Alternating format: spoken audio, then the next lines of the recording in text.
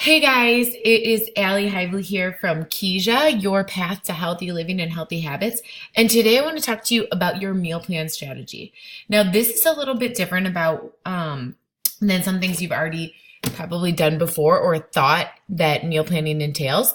And so let's get into it. I want you to grab a pen and paper so that you can do this as we go because it's important for you to be able to have something at the end of this call that you can go off of. So let's get going. First of all, I want you to really stop and think about what your goals are for dinner. So I know this sounds like a silly question, but what is dinner like at your house? Does it have to be fast? Does it have to be ready for kids of all ages to eat it? Does it have to be cooked way ahead of time and ready at a variety of times? I'm assuming if you're on this call or on this slideshow, then you want it to be healthy and you probably want it to be pretty simple. But are there specific diet needs that are necessary? Do you need it to be low carb? Do you need it to be dairy free or gluten free? So I want you to stop for a second and write down the goals or the qualifications that your dinner needs to meet. So do that now.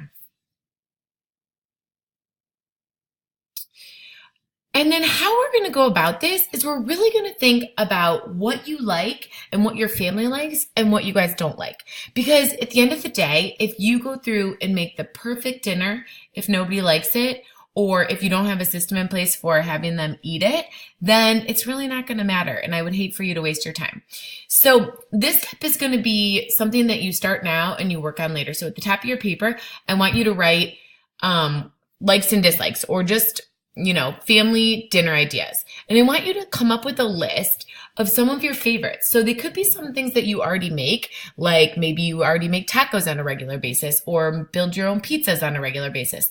Or they could be things that you have tried before or that your kids and your husband or whoever you live with, your roommates have tried before.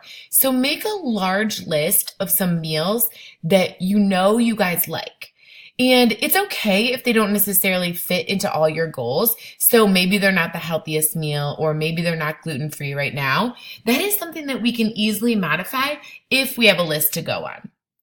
So get that started. And I want that to be a work in progress because if your family will help take ownership for the meals, it is so much easier. Then your kids can say, I chose the fish and the tomato salad. And you can say, all right, you chose it, you can eat it. And that will really help with making dinner easier. So go ahead and get that list started. I'll give you a second here. And then I want this to be something that you grow, that you really grow and that anyone that's eating dinner at your house is involved in. It shouldn't just be all on you. So let's go on to talk about what is reasonable for you. So when you look at this big list and when you look at your week, let's lay it out there on your piece of paper. I want you to write down Monday, Tuesday, Wednesday, Thursday, and Friday if you want. So we're just focusing on during the week. Now, you probably follow a pretty set schedule. Maybe your son has soccer every Tuesday. Maybe you go to yoga every Thursday. Maybe you guys do a family dinner with, your sister's family on Wednesdays. Whatever it is, you probably have some type of schedule that is similar each week. So go ahead and jot that down. So if you know that you have a certain activity, write that down because there's probably going to be some repetition in your weeks. And what I want you to figure out during this meal plan strategy is kind of like a basis or a formula. So if you find that your kids are busy or you're busy 3 nights a week or 2 nights a week, then let's look at what dinner's going to look like for you on those weeks. So for example, if you find that you have soccer on Mondays and Wednesdays, you're going to need early make ahead meals. And maybe you can eat leftovers on Wednesday. Or if you find that you have a late night on Tuesdays, you're probably going to want something in your crock pot so that when you all get home, it's ready to roll. So take a few minutes, write out your week, and just see if you notice any patterns.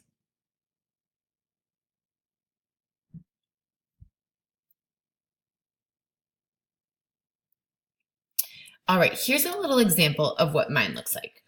This fall or this winter, we had soccer every Monday night. So that was a great crock-pot meal night. I didn't have to worry about it. We all walked in the door after 6 o'clock and everyone was hungry. So a crock-pot meal is something that is really doable. Sometimes it doesn't cross your mind and it definitely takes preparation, but it can be so simple and it's all ready for you. So every Monday night, I picked a different crock-pot meal. On Tuesday, we were home. And so I loved the grill. I planned on putting something on the grill and I changed it up. Sometimes it was chicken. Sometimes it was pork tenderloin. Sometimes it was a steak or definitely grilled veggies. But Tuesday, I chose to be like a grill night. Wednesdays, my kids love sushi and it's on sale around here on Wednesday nights. So that was an awesome night to make sushi night. I picked up some sushi and I usually did something Asian to go with it. Lots of times it was lettuce wraps. Sometimes it was a piece of salmon. Once in a while it was mini wontons, but I made sushi night be the basis of my meal. Sometimes I felt like an Asian slaw or, a piece of chicken to go with it. But that was awesome to have something that was semi-homemade that everyone kind of got excited about. And then on Thursday, Brady, my husband, was out of town. So I love to do leftovers. By Thursday, we usually had stuff left over. If not, I made my kids eggs or a staple that, we had on hand. And the rest of the time we just ate the leftovers. So that was an awesome night. On Fridays, we did build your own pizza often with our neighbors. This was fun to plan on because we could have different themes. The kids were excited about it. And then I always made sure I had veggies and a salad to go with it. On the weekends, for us, they're kind of always changing. So I definitely would recommend really focusing on if you're going to someone's house, you bring a food that you want to eat. So if you're trying to eat more vegetables, if you're trying to eat lean proteins, you offer to bring one of those things versus offering to bring dessert and then not knowing what will be there for you to have. So Sunday is an awesome chance for you to make a big meal with leftovers. I find that a lot of people think or try to plan on cooking all day Sunday, and it just doesn't happen. But honestly, who wants to cook all day Sunday? So instead, change your focus and maybe try to do a big dinner on Sunday and use those leftovers for lunches during the week, but not try to make your dinners for 5 nights.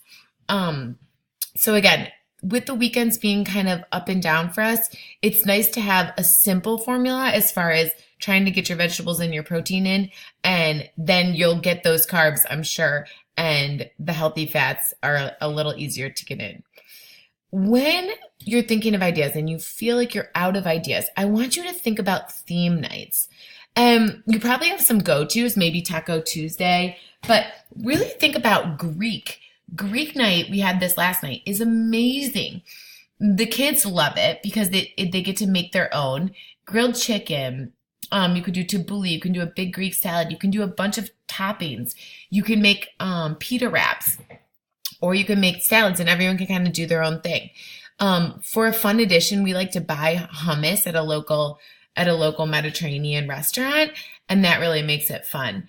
But think Mexican, think Asian, think Indian, think Thai, think Italian, think American. You can read all the details, but these are awesome change-ups to normal things. So all you need for Thai is a red curry sauce and a ton of veggies and then a chicken or a shrimp. All you need for pasta to change it up is maybe some zucchini noodles. And then you could always pair some pesto with a fish. So really trying to think like one night a week, you're going to pick a theme and then make it a different theme each time and change it up within that flavor too. So if you're doing Asian, you could do lettuce wraps one time, or you could do an Asian salmon a different night. This is also fun for the kids. If you have them look into the place that they're eating from, it kind of really changes it from just eating a food that you want them to eat to making it like almost an exciting experiment. So give that a try and let me know what you think. When you want something ahead, the Instant Pot is amazing. It cooks meals like a slow cooker, but in so much less time. So if you have any questions about that, let me know. Otherwise, the slow cooker, the crock pot is an amazing idea. You can always throw chicken or throw vegetables in, and then you don't need to do necessarily like a typical pot roast. You could do Asian in there. You could do a lemon garlic for Greek. You could do a curry turmeric seasoning for Indian. You know, you could do a barbecue for a pulled chicken and have that on hand for the whole week. So really try to think outside the box on how you can use your slow cooker to help you prepare ahead. And then when you're in a pinch, think about a rotisserie chicken. There are so many things to do with rotisserie chicken.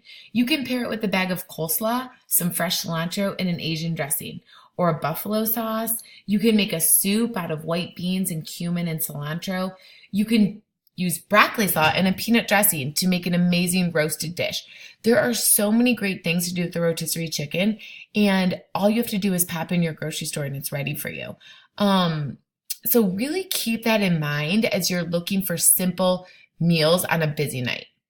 And then when you get stuck, when you get thrown out of whack, when, things don't go as planned, I want you to have a picture in your mind of your ideal plate or your default plate. Half of it should be vegetables, and then a half of this quarter, should be a healthy smart carb that you choose, and then a healthy fat and a lean protein. So if you get stuck at a restaurant, or if you're just out of whack and out of your element, just think of this as your plate, and I promise that you will have a much better success and a much better feeling at the end of that meal, knowing that you did the best you could and that you were choosy and picky. If you have any questions, I know we ran through this fast, I would love to hear them. And please let me know what your formula looks like and how many nights a week you're planning on cooking for the success of your family. I hope you have a great, great day, and I look forward to talking to you soon.